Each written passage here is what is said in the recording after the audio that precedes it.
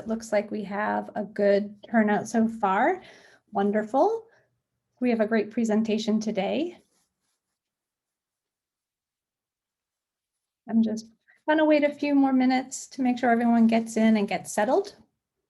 And I hope my volume's okay, but it may be irrelevant since I'm not the one talking. So.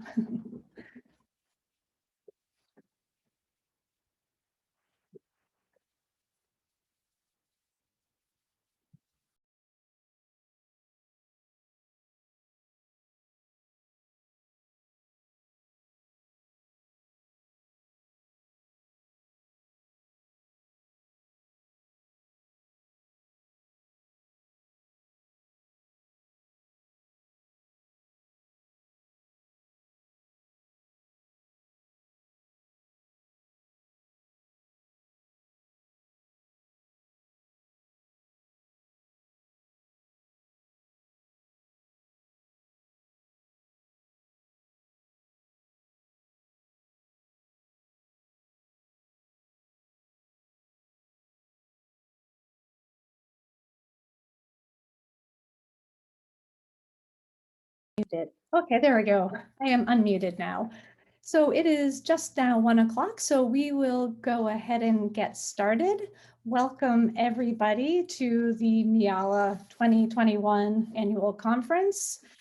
I'm going to hand it over to Cynthia, the president of MiALA. Oh, I should introduce myself. My name is Kate. I'm an instruction and outreach librarian at Western Michigan University, and I'm serving as MiALA's vice president this year. So I'm going to hand it over to Cynthia to get started, and then I will introduce our keynote speaker. Thank you, Kate. Welcome, colleagues and friends, to the Michigan Academic Library Association's 5th and 6th annual conference, Grounded and Growing. As Kate mentioned, I'm this year's MiALA chair, and I'm from Medina University in Livonia in southeastern Michigan. And we're just very excited to host this event for you today and believe that the year of waiting that we've had will be well worth it. We are immensely grateful to our conference committee for their exceptional planning and efforts, to our inclusion, diversity, equity, and access team for their hard work on our conference's code of conduct, to which we ask everyone to follow during the next few days, to our platinum level sponsors, Grand Valley State University Libraries, Michigan State University Libraries, Western Michigan University Libraries, and Ovid Walters Kruller. This conference was also made possible in part by the Institute of Museum and Library Services. And also, where would we be without the dedication, support, and incredible organizational skills of Heather Leditsky? We owe you tremendous gratitude, Heather, on behalf of all that you do for us in our organization. Thank you also to all of our MiALA volunteers, our speakers, our presenters, our motivators, our collaborators, our mentors and colleagues. Thank you to you, and thank you for joining us for our annual conference. We're happy to host you. I'd like to turn the floor over now to Kate Langen from Western Michigan University Libraries, who will take it from here and introduce today's keynote speaker. Enjoy the conference. Thank you. Thank you, Cynthia. So today I have a great pleasure in introducing our keynote speaker. It's someone who's coming to us. It's a topic very near and dear to my heart. We have with us Vaughn Washington, who is the Community Relations Executive Director for the Kalamazoo Promise. I've been a Kalamazoo resident for many years. I have 2 children benefiting from the Kalamazoo Promise. And for those of you who do not know about the Promise, it is an anonymously funded scholarship program that provides college tuition for graduates of the Kalamazoo Public Schools. And Vaughn, I want to thank you for taking this time today to participate in our MiALA annual conference. Vaughn will be speaking to us about community engagement, and the topic is community engagement from the stacks. And then after his presentation, there will be time for questions. I invite everyone to use the chat feature to ask questions, and I will be monitoring the chat for questions or ideas, and then I can bring them to Vaughn at the end of the presentation for other questions. So thank you again, everyone, and Vaughn, it's all to you. Thank you, Kate. I really appreciate this opportunity to be with you here today. And we'll get a few things out of the way. And I do want to thank Heather, and I don't want you to go too far because I am making a disclaimer right now. If there's a problem with technology, it's not my fault. I don't know whose fault it is, but it's not my fault, but we're going to try to put this thing together. And for everybody that's on here, I think it's safe for me to assume this is not your first experience with a virtual type of conference and or presentation. So we'll do the best we can, but that makes us a team here. So we're going to kind of work together and make sure we have this thing straight. It is my honor to be here at the beginning of this wonderful conference. I know that you're going to hear from a lot of wonderful people. You're going to take away some really good things. And I hope that I can be someone that can help start it off well. You're probably going to hear some things today that maybe you've heard before. This is not really instructional, mostly informational. And the first thing I would like to say is because of our recent year and a half of virtual type events like this, many people always wonder what everybody else is wearing while they're on Zoom. Well, I can tell you now that I struggle to it, but I have a shirt on and this jacket. I do have on long pants, which makes me legit, but I am wearing Birkenstocks, and I will tell you, ladies and gentlemen, with no socks. So I'm going to go kicking and screaming. With the new things that have been brought out by the CDC, things that are happening in our own state, it's tough. If a lot of you are like me, I hear these things, I'm like, what does that mean? Going back to work in 2 weeks, what does that mean? And a lot of that is, what does that mean for what I'm going to wear? So we'll see what happens, but I've been in sweatpants for about almost a year now. It's my pleasure to be with you today. We talked about community outreach from the stacks, as you can see there. My goal today is to share with you a little bit about the community outreach that I had when I was a librarian. And yes, it was funny because when Kate and I were talking, that was a piece of information that she wanted me to share about the Kalamazoo Promise that she didn't know, but I was a librarian. I worked for the Willard Public Library back in the late 90s.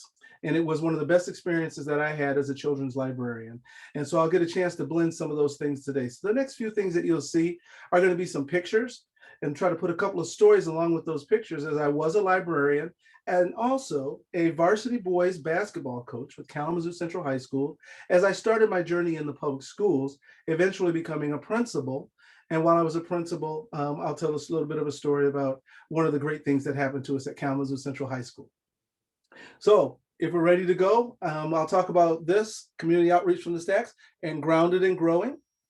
There I am right there. And these are pictures from long ago, ladies and gentlemen. So if they're a little blurry, please forgive me, but they came from the Battle Creek Inquirer and I couldn't believe that they were out there.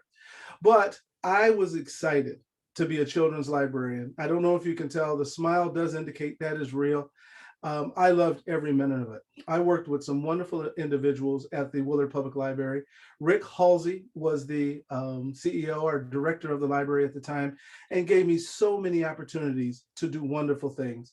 And as we think about community outreach from the stacks, I guess the question is, if I'm working for a library, whether it be in a high school, whether it be in a middle school, elementary school, whether it's a public library, district library, what does that mean for me as far as what I can do from outside of the library walls? And many of us know that now it's just not enough to be right where we are with our job. We have to make sure that we're trying to do things further for those folks that we are serving as they come in, because they come into our institutions with a lot of issues, a lot of challenges per se that they may have on the outside, and look to us with inside the walls to try to be people that can help them feel comfortable in where they are. I mean, a library can take you a lot of places, as we all know. But this was me, age 29. Oh my goodness, 30 some odd years ago, when I had my opportunity to be a children's librarian. I got to order picture books. I did kindergarten story time every single day in many of the public schools. I got to do workshops with Head Start and various others, but it was just so fantastic. What makes this unique is you don't find many basketball coaches that find themselves as a children's librarian. So it's kind of a unique combination for me. At that time, I met some wonderful people. I think some of the closest people that I had. I got married while I was working at the library, and so many people were so good to me. I mean, they made me feel like I belonged at the library. I felt connected to the library. And when I heard in the introduction, the conversation about diversity and inclusion, this is just such a great part of what this next slide is about, because we really, really supported the initiatives that seem so much in focus today, but they have always been something that have been in focus, especially for folks that are working in libraries across the country.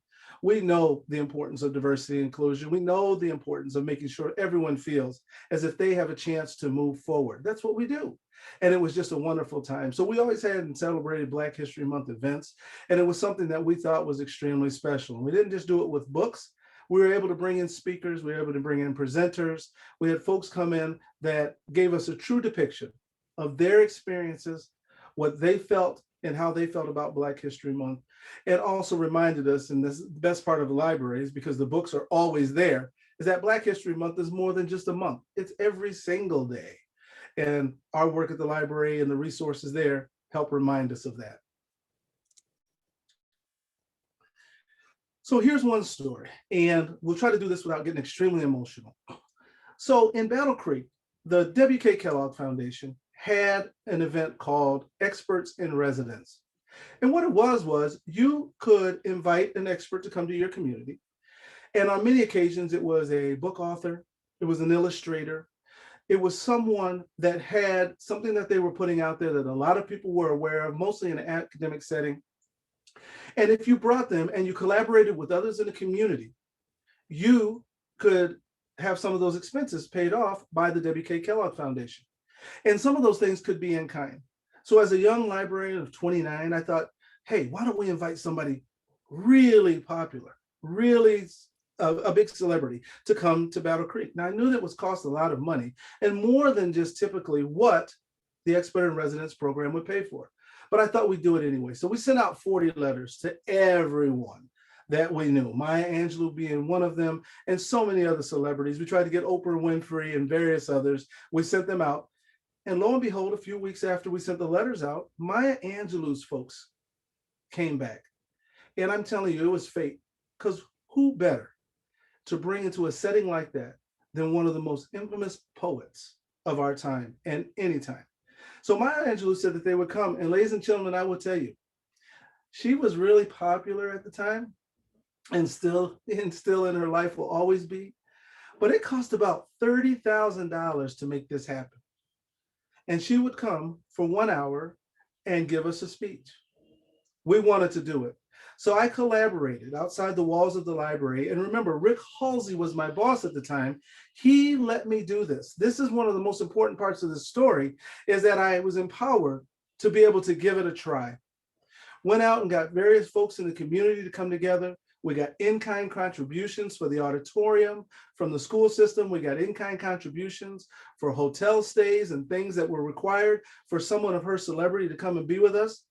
And the only thing that I wanted out of all of this was to make sure that students and families that typically wouldn't get an opportunity because of the cost to see someone of this stature, I wanted the tickets to be $10 each.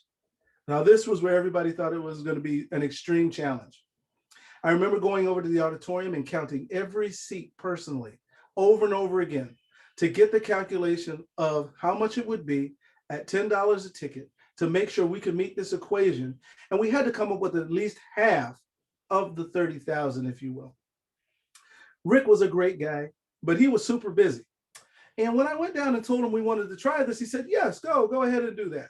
Now, sometimes, you know, and many of you on here may be leaders of other individuals, you know, sometimes you empower people to do something, but you're not always sure exactly what you are saying okay to. So we went out and we did this. Now, one of the requirements for Maya Angelou is they needed money up front. That $30,000 had to come directly to Maya Angelou and her team before she could come and do the presentation. Well, I was upstairs doing preschool story time one day, and I was called down to Rick's office. Rick asked me what was this bill that he had for $30,000. And I'm telling you, ladies and gentlemen, I was sweating. I really kind of missed on the fact that this was going to be the case. Rick was looking at me. I thought the whole thing was going to be dead.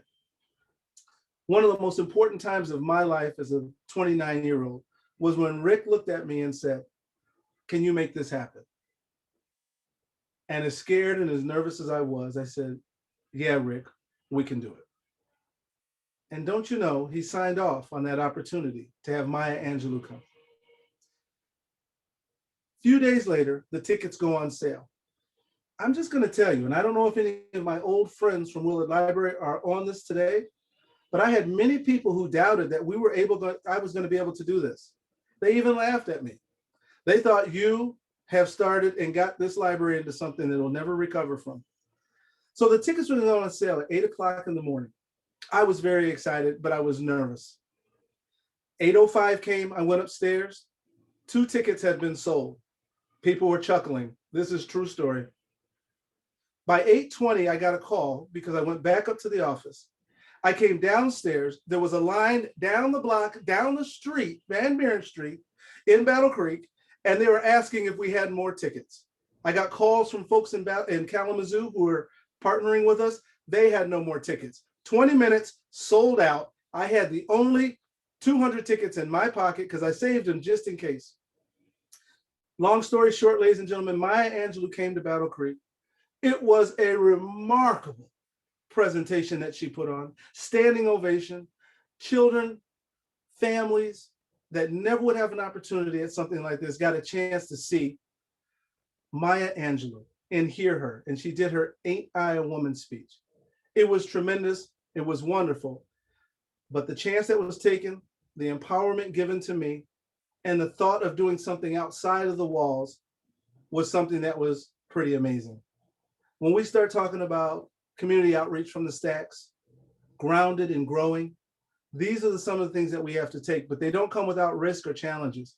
But it was a wonderful opportunity. We talked about bringing people in, and with Black History Month in that last picture, we got to bring some folks in. I'd like to share a little bit about my family. This is in this picture, me, my mother, and father. My father was commissioned by the W.K. Kellogg Foundation while I was working in Battle Creek to write a show. It world premiered in Battle Creek called Kentucky at Sunrise. And if you're familiar with Battle Creek, Michigan, it is the home of Sojourner Truth and many others, abolitionists and slaves that traveled to freedom in the North, a place that is historical for that. There are homes here. Sojourner Truth is prominently placed at the beginning of the city when you come in. And my father, who's a playwright, had the opportunity to put this up. We premiered the show here, and it was just an amazing opportunity. But it gave me an opportunity to blend my work with the library with the work of many others in the community that were trying to move the message forward for the entire community. And through that work, we got to share a lot about the Underground Railroad and many of those friends that were there that helped make it a special place. And now to the Kalamazoo Promise. So I spent 22 years in education, basketball coach, technology expert, if you will. Like I said, if anything goes wrong, it's not my fault. I also then went into administration, became a high school principal. The last 8 years I spent at Kalamazoo Central High School. It was an amazing place to be. The day I started with the Kalamazoo Public Schools, from that day, 2 months later, the Kalamazoo Promise was announced. There's our mission up there, to try to transform the community through a new generation of learners. It's been an amazing opportunity. I share some of these pictures as I will tell a little bit about the Kalamazoo Promise. The Kalamazoo Promise is a scholarship that is promised in perpetuity by anonymous donors. I speak to you today as $150 million has been placed into human capital over the last 15 years and counting. Graduates of the Kalamazoo Public Schools have the Kalamazoo Promise to use as they go out. There's no graduation requirement for a grade point average coming out of high school. You just must graduate from a Kalamazoo Public School, and you have to at least been here 4 years. So grades 9 through 12. If you've been here grades 9 through 12, you get 65% of your tuition and fees paid at the majority of colleges and universities in the state of Michigan. If your whole experience is there, kindergarten through 12th grade, 100% of your tuition and mandatory fees is paid. Now, for many of you right now, you get a clear understanding of how this could have transformed your life to finish with little to no debt if you went on to college. This is a transformational vehicle for this community and considered to be the first community to ever start anything of this nature. There are over 300 programs nationally that are out there now that we're aware of, that we meet with and talk with. Still, none have the generosity of the Kalamazoo Promise and its donors. On this screen, you see a number of students. I really enjoyed being with students just as much as when I was at the library, being a part of them and their experience as a high school principal. As a principal in a large urban district, I knew that you had to be around, you had to be on the scene and spend a lot of time. People had expectations of that in your community. You see a picture of me and President Obama, one of the greatest moments of my life. Our high school entered into the first Race to the Top Commencement Challenge contest issued by the White House. If your school won this contest, you would have President Obama give your commencement address. This would also be the first time a sitting president gave a high school graduation speech. Now, I'm having one of those things, if you can hear, they are doing yard work outside now. One of those things you don't worry about when you're back in the office, but I'm not going to worry about it now because I'm not having a hard time being at home while presenting to you. So back to it. Our school won the first Race to the Top Commencement Challenge, and President Obama came to Kalamazoo and gave our commencement address. You can just imagine how wonderful that was. On one of the other pictures, there's a picture of Derek Jeter, if you can see that. Derek Jeter graduated from Kalamazoo Central High School and still continues to give back in a number of ways with time and his talent. In the lower corner, during this time when President Obama was coming, our school was thriving. We won several state basketball championships. Our mock trial team went to the national championships for a 15th straight year in a row. And a number of wonderful things happened. And it all came through that in the community outreach. And one of the things that I always do is connect our students back to our public library. So now, if our technology will permit, I'd like to show a brief video about the Kalamazoo Promise. In the background there, you see the water tower in Kalamazoo, which is yet barely a year old. And on that water tower, the commitment to the city and the commitment from the Kalamazoo Promise, we were able to have our logo on there. So if you travel down 131 through Kalamazoo, you'll see that logo for everyone to understand that this has been promised forever. And I challenge anyone to remember anything that you know that has been promised forever. This is an amazing thing. Students have 10 years from the date they graduate to use their scholarship. 10 years, that means life can get in the way. So we have students that make starts and stops. For many of you, you may have had that same journey. I know that I did. You have starts and stops. They're able to do that and have their scholarship within. The scholarship allows for 145 credits used at the college and university, a bachelor's degree if you achieve that, and 10 years. Whichever one of those comes first is where the scholarship then ends. So we have many students that are in their 10th year that are still trying to finish up. It does allow for trades. It allows for certificates in vocational school. This is an opportunity to transform everyone, no matter where they are at. And you know, you hear scholarship, and many people don't think vocational school. When they hear that, they think college and 4-year degree. I'm here to let you know today that we go through a lot and do a lot to try to help everyone understand that we know that's not everybody's path. And many paths are good, if not better, even than that. So we try to encourage them to make sure they use their scholarship in various ways. So now I'm going to try to see if we can play our video.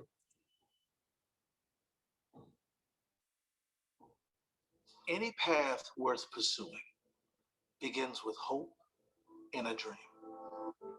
But what if I told you education alone was not the answer? What if I told you education alone is not the end goal? Schooling is important, but it's more than education. It's life transformation. To help students become aware that they can take control of their future and change the trajectory of their lives, the path they choose. The Kalamazoo Promise is our answer to the question, what can we do to elevate our community for generations to come? To build a strong foundation of educated families working together to help the community, the world, be a better place. Students who graduate from the Kalamazoo Public Schools and meet the basic requirements are eligible for free tuition and coverage of mandatory fees at nearly all of Michigan's colleges and universities. This also applies to certificates and trades programs. As we know, for some, their path does not require a four-year degree, but it does require dedication. Wherever their path takes them, it begins with hope and a dream.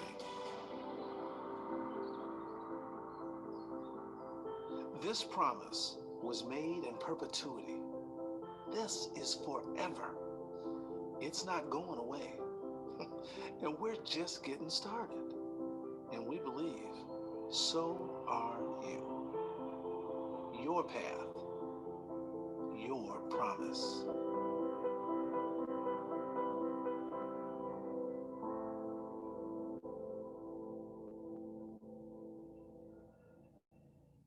Thank you for allowing me to share that. Over the 15 years of the scholarship, we made a lot of discoveries. And we discovered that a scholarship by itself is not the end all to everyone's issues. So many people have challenges that are far beyond what they could even focus on if they were using a scholarship. And it doesn't matter where you come from, your station in life. We all experience different types of challenges, whether it be relationships, whether it be financial, you name it. There are various things that come out of each and every one of our homes. So it doesn't make it easy and it doesn't make it perfect. But we have discovered that we have to partner with so many people in our community. And that is one of the things that for folks that are working in the setting of a library, we have so many opportunities beyond just what we do at our desk.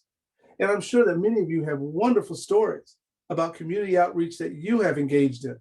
And there are some on here thinking, well, maybe that's nice where you are, but we can't do that here. And hopefully this is an encouragement to try to find a way that you can do it where you are. The next slide up is when I am working at the Kalamazoo Promise, but making sure that we continue to bring our friends throughout community agencies together. We're at all sorts of things through our community. I get a chance to have and touch base with many, and then get to share the opportunities of where students are and what their journey might be. Now, the last thing I ever want to do is speak for a student. Some of the most wonderful people that I have met and are still friends of mine were interns that we had when we were at the library. I don't know how many of you have an opportunity to engage with interns if you have them in your organization, but the interns have become such friends and done such tremendous things. I don't really know one of them that I met that had an opportunity to intern at Willard Library that has faced many of the challenges that others have. They have gone on. They've used their experience at the library to propel them into wonderful lives and families. It's just been a great opportunity. And I encourage you, if you get a chance, to make sure that you get to engage with some of the interns that may come through your organization. But we get out into many community organizations. And as you're seeing here with my work with the Kalamazoo Promise, I got to do this when I was working as a children's librarian. I can't say enough about the empowerment that was given to me. And if we have directors of libraries on here, or individuals who are in leadership positions, I encourage you to try to help those that are working in your organization to get out and do this as well. Because I will tell you, there used to be a stereotype about librarians. And for many, I did not fit the stereotype in many ways. But I'm telling you now, some of the funniest people and the best friends that I've ever known are individuals that worked at the Willard Public Library. And I know that many of you are as well. At the Kalamazoo Promise, we focus a lot on our team culture. Now, one thing is for sure, unless things are decent in-house, it's hard to do things outside of the house. And we focus on our team culture quite a bit. I was glad to hear about the diversity and inclusion information that was given, and that they have challenged all of you to make sure that you are working in this space, at least over the next few days, and coming with an open mind to a number of things you'll hear, see, and about some of the self-work that you're doing. I am also doing a lot of self-work on understanding my biases and things that can help me be better in the workplace and as a human being. This work is very good. It opens you up and it helps you see the world in a different lens. I can tell you now, all of it, for the most part, is positive. We can't control what's behind us, not suggesting anyone look in the rearview mirror, but we do want to look through the windshield and understand who we are moving forward and make sure that we're not perpetuating any of the inequities and or atrocities that have taken place behind us. So we were awarded a wonderful workplace certificate. We're not much to brag or boast. We really want to do the work moving forward. But this was a really special honor for our organization to be awarded this in 269 magazine as a place that people want to work and that people want to be. And I hope that your organization does that as well. And when I'm speaking to leaders, obviously, of the organization. Are you creating a culture like this? But I also speak to anyone at any level of the organization to say, for you to have a good culture, for you to have a place that you want to work, you too have to be a participant in making that happen. It doesn't just happen. And so I always talk about that and how we can make things happen. And when I keep that in mind, it helps ground me in what we're trying to do with our work in our community outreach. These are many of our team members that we have here, everything from making pancakes to cooking waffles to being out in the community with many of our community partners. Advocacy is very, very important. One thing I did learn, and like I said, there were stereotypes about librarians, what they might look like, how they might dress, just like educators alike, what teachers might wear, what they might look like. A lot of people have ideas and stereotypes, and they very rarely get to see the individual inside and the people that have chosen a life of helping others move forward and providing information to them and resources that can help. So I spent a lot of time in advocacy. I've had a chance to be with our new governor, and in many of these situations, talk with young people throughout all of Michigan about the things that they want to do and how they want to move forward. Many have big voices. They have big personalities and ideas, but never get the vehicle to be able to do that. And I really do suggest that our libraries are an opportunity to provide a venue for youth voice. Let them understand, speak out, investigate and research in the stacks the things that will help them. And our history is extremely important. Libraries may not have ever been as important as they are today, as we are in a test, ladies and gentlemen, each and every day to remember our past history so we can move forward and not repeat it. Even in our schools today, the social studies curriculum is starting to dwindle down as other focuses start to rise up. This is backwards, in my opinion. We need to be understanding the history of our country, the world, so we can make it a better place and not repeat any of the things that we don't want to see happen. Libraries are a place that we do that each and every day. I know I'm saying these things to people who believe that, and I hope you're saying, yeah, finally someone's saying it. It's going to take you. It's going to take you advocating, finding spaces to be able to talk about the things that a library brings. Many people only think it's coming in and getting books. And we all know, man, there's so much more than that. This is our new building. We're very fortunate. We're going into a new building in downtown Kalamazoo. What's important to me about this building is the site of the building. It happens to be right in downtown Kalamazoo, close to where we have great segregation in our community.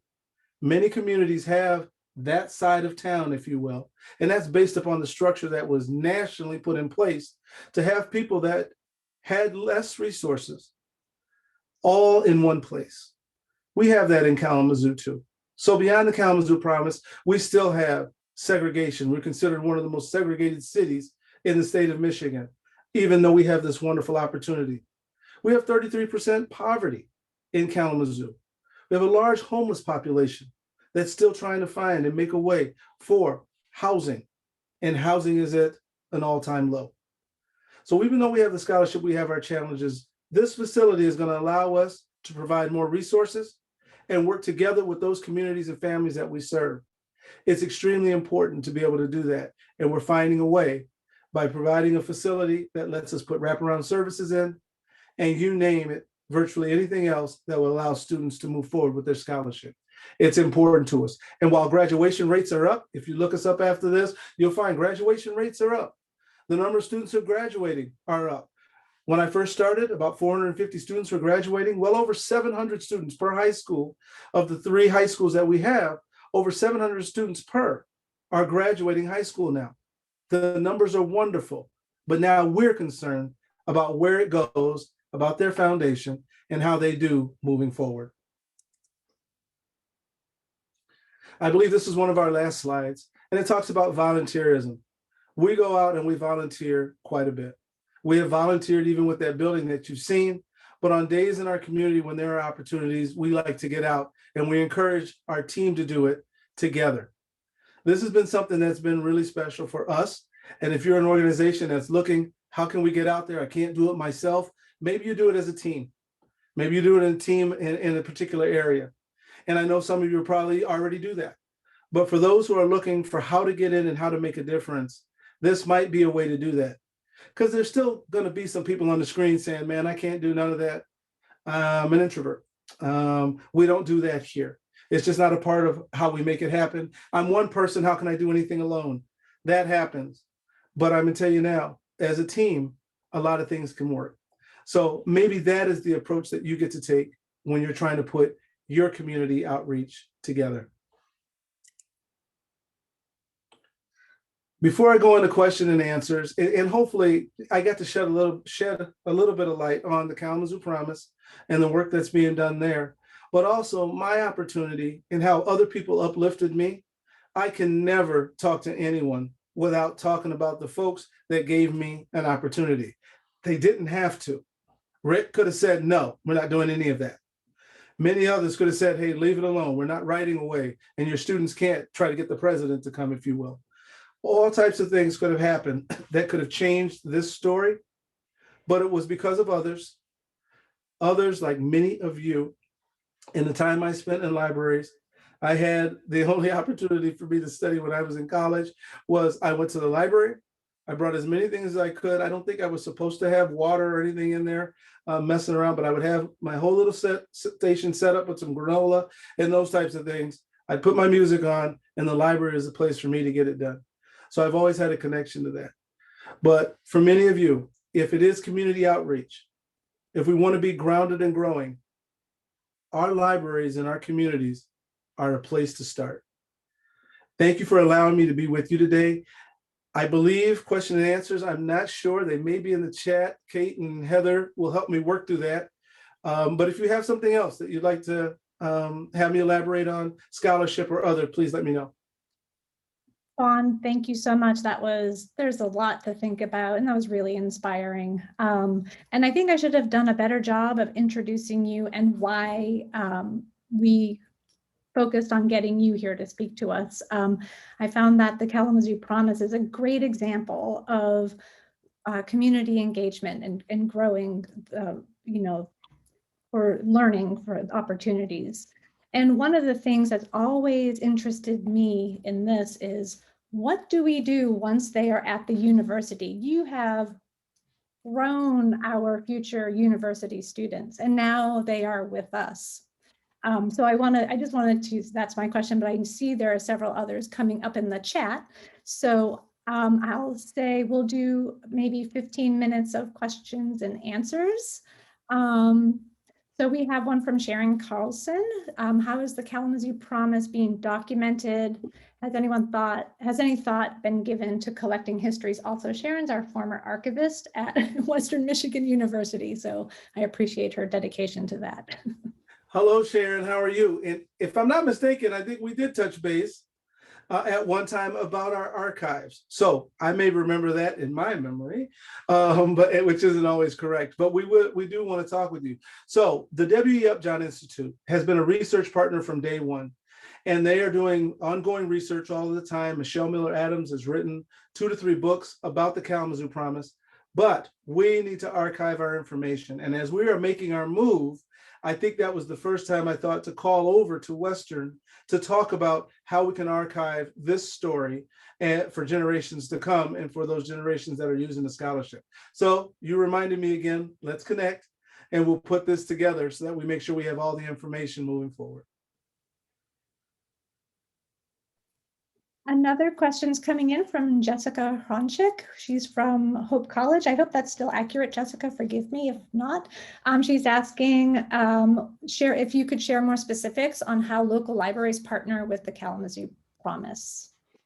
Absolutely. So one true example of how we put something together, when it was announced that students were going to be at home and having to go virtual and our schools were going to be closed, me along with many others, but in this community, it really struck me quickly that we were going to have to do something to get access to the internet, Wi-Fi to those who had little to no access.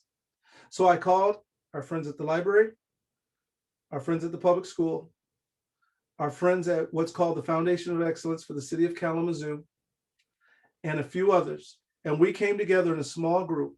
And after 3 weeks' time, we had over enough resources, $350,000, to be able to order 1,000 Wi-Fi hotspots that are distributed by the library, as they have taken the lead on making sure we have distribution to those students. And all of those hotspots have been distributed. And we ordered some more recently.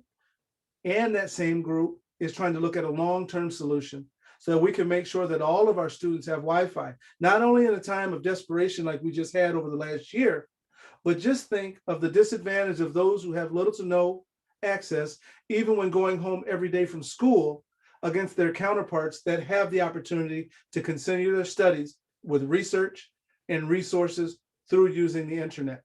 So we want to make sure it's there. So it has led to that. So with the public library in the lead with us on this, we have been able to provide that. That's just one example. Every student in the Kalamazoo Public Schools in, I think it's maybe 3rd grade, goes to the library and receives a library card. They receive that library card. And one of the other big collaborations is that students that are in middle school to high school, with a collaboration of the library, Kalamazoo Promise, and the public schools, rides our public transportation at no cost.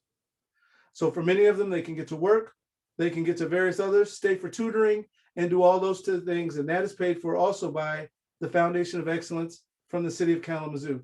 So those are 3 large partnerships, every kid with a library card, free transportation, and the opportunity for Wi-Fi access if they need it. Thank you for the question.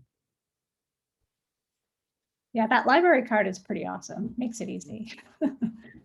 Jana has a similar question to mine. She was asking about the issue of equity and preparedness and readiness once the students get to the university or to higher education. What is your approach to that, or thoughts on how we can become that community partner, right? We are an extension of the community partnership. We thank you. I think you said Jana or Janet, but thank you for the question. And good, I'm glad that it dovetails with yours, Kate. So we work very hard with the colleges and universities to try to make sure Promise students have the opportunities when they get to those institutions to continue to move forward. 2 of the examples that we are working with now with our largest partners, and I mean, they receive the largest number of our students. So Western Michigan University every year gets close to 500 students. Kalamazoo Valley Community College each year gets around 400 students.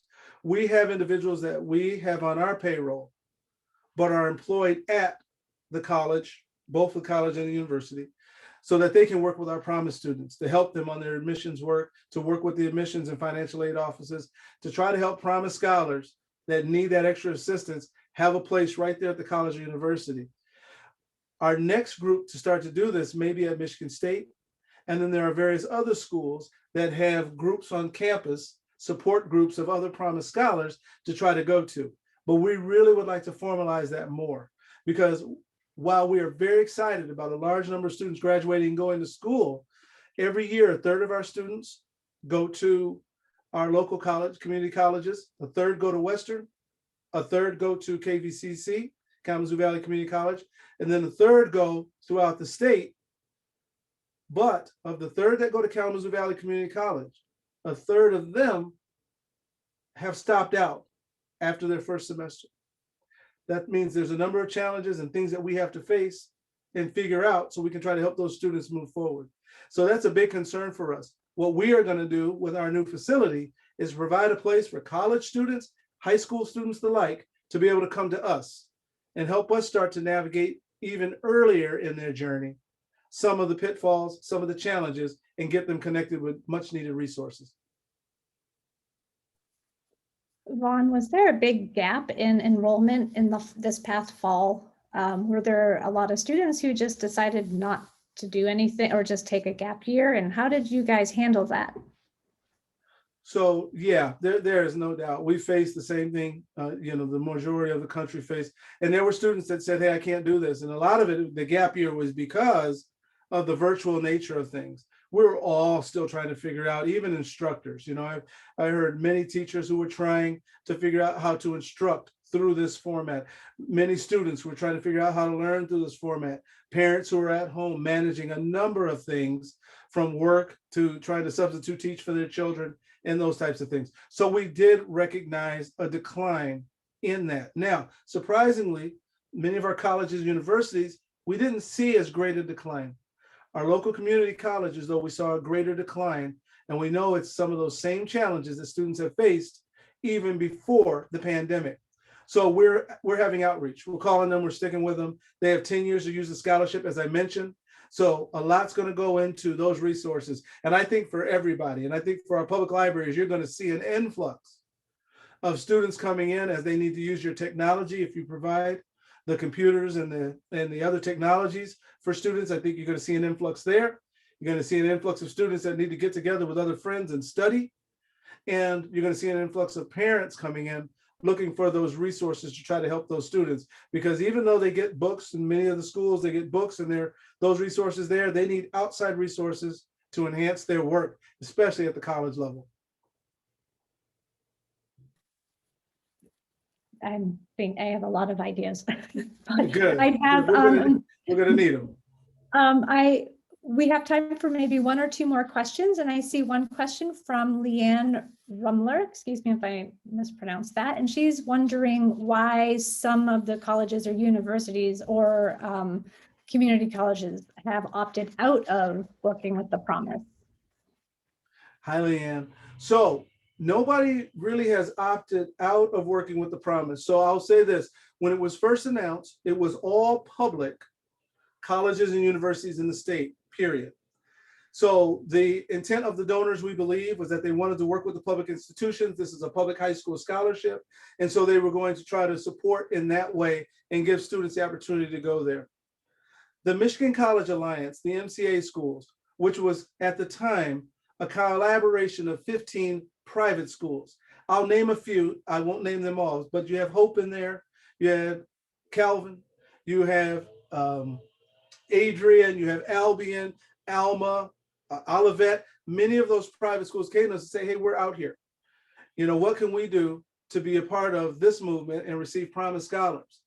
And many of us know that private education can cost a great deal more than a public education. So what they agreed to and what we agreed to is we took one of the higher tuition rates that we pay each year, and that's at the University of Michigan. We took that tuition rate and we said, we'll pay that.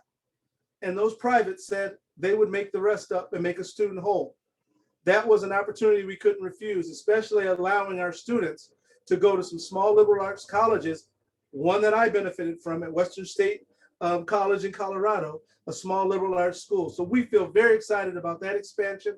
We're going into our 6th year with that relationship with the MCA schools. So that when I say most college and universities, we've got a lot of the state covered. There are a few others that aren't there. And we definitely, for many of the privates that are standalones, depending on their mission and how they work together, depends on if we will work with them, because we did stay away from a lot of the private institutions at that time for profit. I could share some of my own success stories. I have a son at Western Michigan University. He's a junior light. We're taking our time.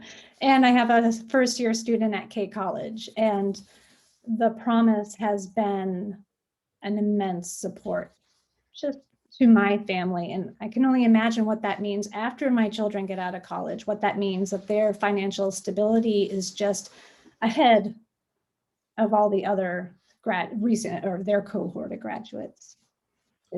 Pretty And Kate, amazing. you remind me, in all of my examples of colleges and universities, I didn't say Kalamazoo College. I'm sorry to my friends at K College. I love you to death. My wife graduated from Kalamazoo College. So please know, you're in my heart. Does anyone else have any other questions for Vaughn? I could talk all afternoon, but I don't want to keep you. So if anyone has any, this is, I guess, the last call. If not, I want to thank you so much, Vaughn, for joining us today. I have some amazing ideas about our role in partnership and being a piece of that community engagement once they get here. And then maybe what academic libraries can do to partner with public libraries during that those foundation years when they're in high school. So it's all very interesting, but It really anyhow. is. And I can't thank you enough. I hope you have a wonderful conference. I know it's difficult to do it virtually, but still moving forward is necessary. In all situations, I'll put up my information. So if anybody wants to reach me, please, this is how you can do that. If you go on our website, my phone number is on there as well.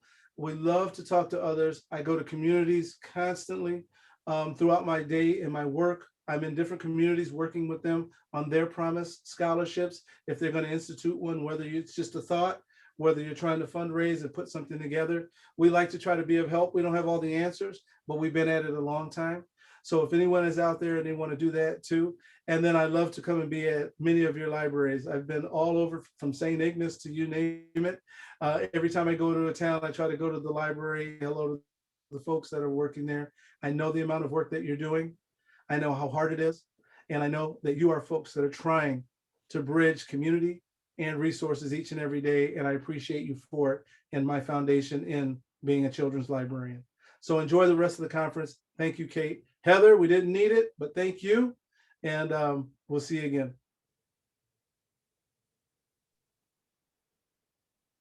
Thank you.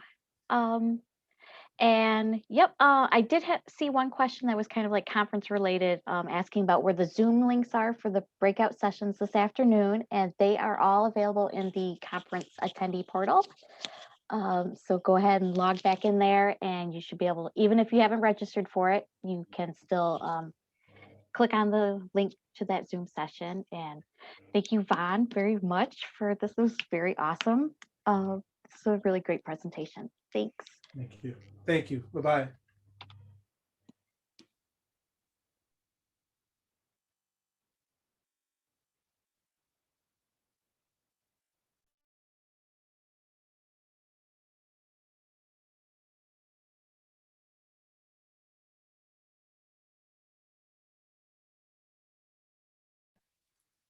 Thank you, Heather. So I'll plan on being at the 5 o'clock event.